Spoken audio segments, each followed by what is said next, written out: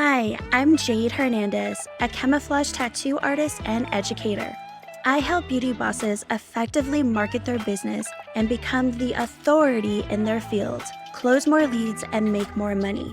In the past 6 years, I've launched 2 successful beauty businesses to multiple 6 figures with over 100 5-star raving reviews and several media press spotlights. While most marketers will tell you to hustle and work harder for success, I'll show you how to create more value from the inside out so that you work less, make more, and truly expand and transform your business and life.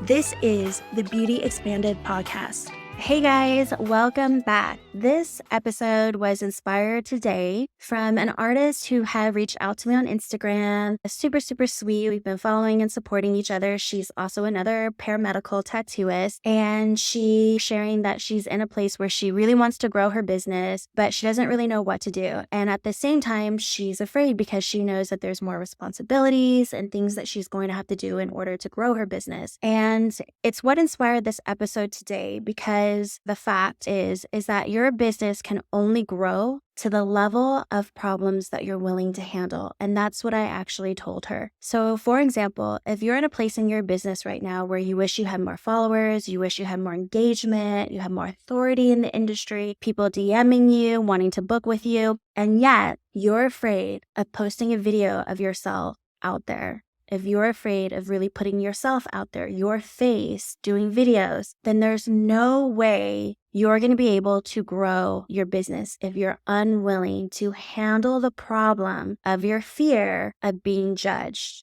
And that's essentially what that means. And it's something that I learned from a mentor that had a huge mindset shift for me and my business. When I heard it, my mind was blown because it's so true. There's no way the universe is going to send a ton more people to you, 1 million followers, if you get torn up and upset after one hateful comment. It's essentially telling the universe that I'm not ready for this. I'm not prepared for this. And everything, it truly is always working for us, not against us. It may feel like when you're confronted by challenges that things are not going your way, or maybe that this isn't meant for you. That's one way of looking at it. Or the other way could be like, this is preparing me for something bigger. This is preparing me for what I want in the future. Because, I don't know, imagine the Kardashians, for example, which I highly respect because they are obviously extremely famous and they have a shit ton of haters, as well as people who love them and are inspired by them. And yet they still do their thing and run their businesses and have a ton of success. They would not be where they are today if they weren't able to handle one hater. I don't even know how many followers they have. Let's say like 2.5 million followers. There's no way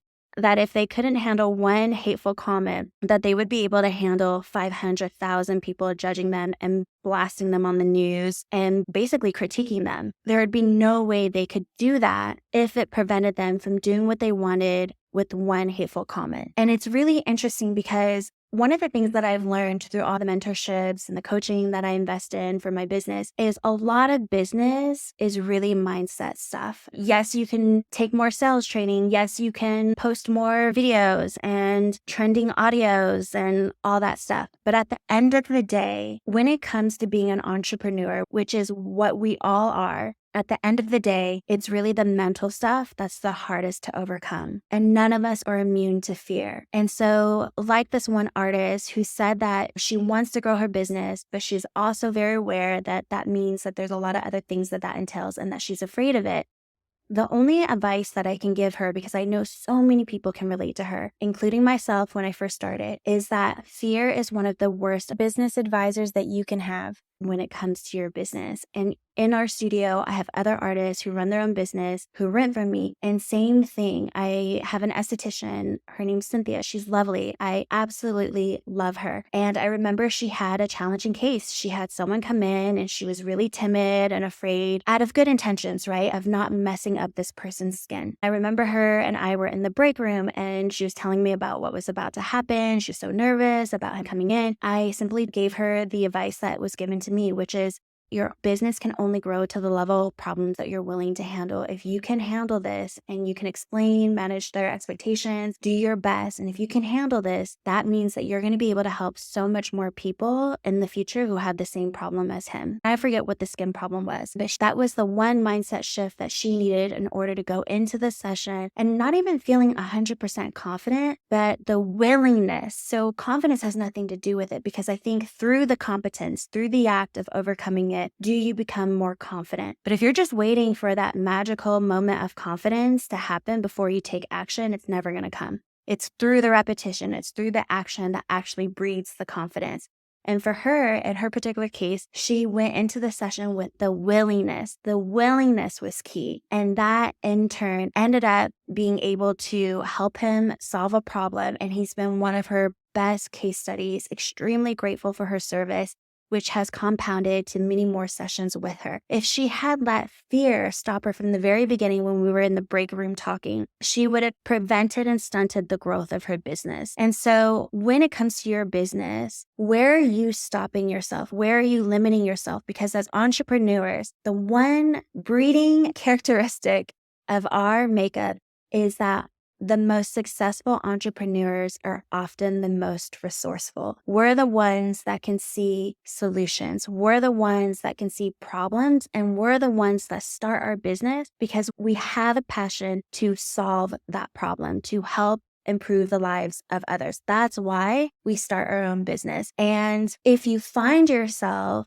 saying no and limiting yourself before you even begin, you're going to have a really, really hard and challenging journey in starting and growing your business. Another example that I can think about is in our trainings. We have our students work on 2 live models before they complete their training program with us. On one of those days, we provide the model, but on the last day of their training, we always strongly encourage that our artists provide their own model.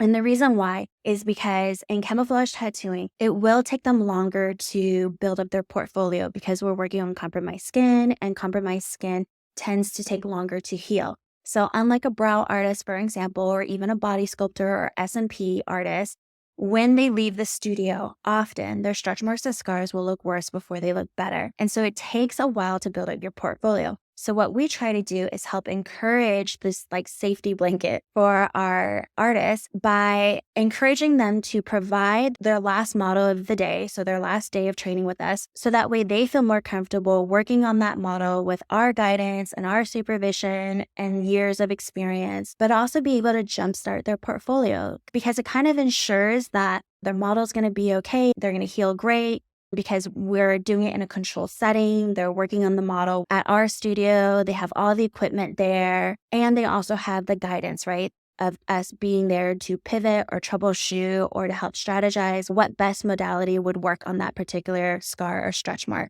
So that's why we strongly encourage our artists to provide their own model for the last day of their training. But it's really interesting and a little disheartening, if I'm going to be completely honest with you guys, because a lot of our artists still travel in to train with us, and that's great. But it's really interesting to start seeing how quickly we limit ourselves, because most artists will tell me, because they're traveling, right? So they're thinking of it logically, that they won't be able to provide a model because they're out of state and they don't know anyone in Arizona. And it really shows me how limited and unresourceful they are even before they begin their business. And the reason why is because location has nothing to do with it. We still have 60% of our clientele fly into Arizona to get camouflaged by us. So that's just proof that location doesn't matter if you do good work, because people are willing to do whatever it is that they need to do in order to be serviced by us. One, they trust us. And then we also have had artists. So I can think of a med spa that we worked with in Colorado, and they had 2 technicians come out to Arizona to train with us. And they're from Colorado and we're in Arizona. Same thing, we encouraged them to provide their own models. What they did is they were resourceful. They took it upon themselves to create an ad that they were looking for models for this stretch mark and scar camouflage training, and that it would be in Arizona. Let me tell you guys, they had 100 leads come in knowing that this training was going to be in Arizona and that the model was going to have to pay for their own expenses, traveling expenses, to come out to Arizona in exchange for getting Camouflage for free, including their touch-up session back in Colorado once they healed. To me, that's a great deal. They had over 50 people interested in taking up on that opportunity because they saw it as an opportunity and not a problem. And so that just proves that what worked for them can also work for you. But instead, we get a ton of people who immediately revert to their limitations of thinking that they can't do this. And this is the hard, cold truth that if you can't find models for free, how are you going to find clients who want to pay? So this is the cold, hard truth, is anytime I hear an artist tell me immediately, without even putting any effort into trying to find models, because they immediately revert to their limitations, which is the logical way of thinking, which is I'm out of state, I don't know anyone in Arizona, instead of being resourceful, which is going to be the number one characteristic trait of what makes an entrepreneur successful in this industry. The thing that I question and ask is, if you can't find models for free, how do you expect to find paying clients? Seriously, if you can't find anyone to get this done for free, what challenges are you going to have to face when you start asking people to pay you for this? When you start asking for people to pay to do this? I actually wrote this in an email today with a potential artist who wants to train with us. I could tell she made zero effort in trying to find a model when I told her that we encouraged them to bring their own model on the last day. Her immediate response was, well, I live in Seattle. I don't know anyone in Arizona. You're going to have to find a model for me, blah, blah, blah, blah. And I just simply responded, that's fine, because we get it. There's circumstances where we are going to have to provide a second model for our students. But it is also a very, very valid question for you to think about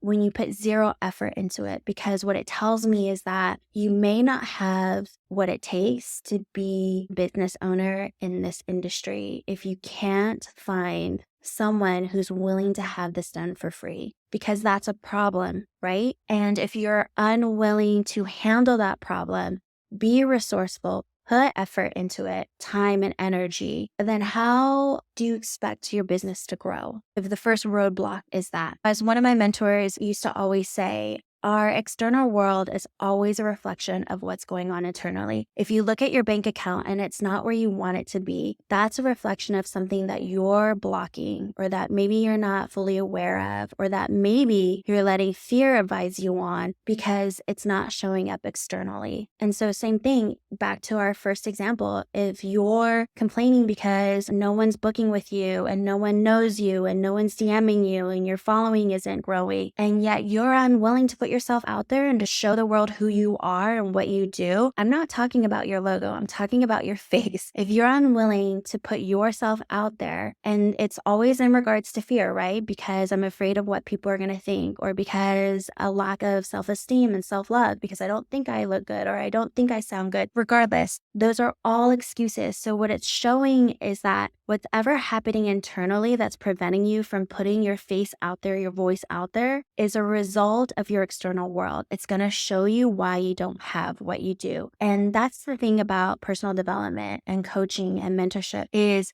you invest in these things to show you your blind spots. And our blind spots are not always the easiest things to digest, to be aware of, or to admit. And this episode is to show you guys that when you step into the entrepreneurial world, it is going to challenge every little thing about you in the best and worst of ways. Because in the moment, it's going to feel really shitty. It's going to feel really scary at times. It's going to feel frustrating. You're going to want to quit. And at the same time, it can also be very rewarding for both you and your clients. It can give you everything that you want if you're willing to put the work in. And the work in is not always hustle and grind. A lot of the work is the mental shifts that you need to overcome in order for you to grow. Are you being resourceful? Are there examples of people who have done it? Because if there is, it means that it's possible for you too. Today is a shorter episode, but it's so important. And I just really wanted to hop on here real quick and share that with you guys, because lately I feel like the universe has been sending me people messaging me, which I love, for advice and inspiration. And I can see the mental blocks that they're facing. And it's interesting because we always think it's something more that we have to do, whereas maybe it's something that you have to learn how to let go of so that more can come in. Let go of that fear. Let go of those excuses. Until next time, I'll see you guys soon.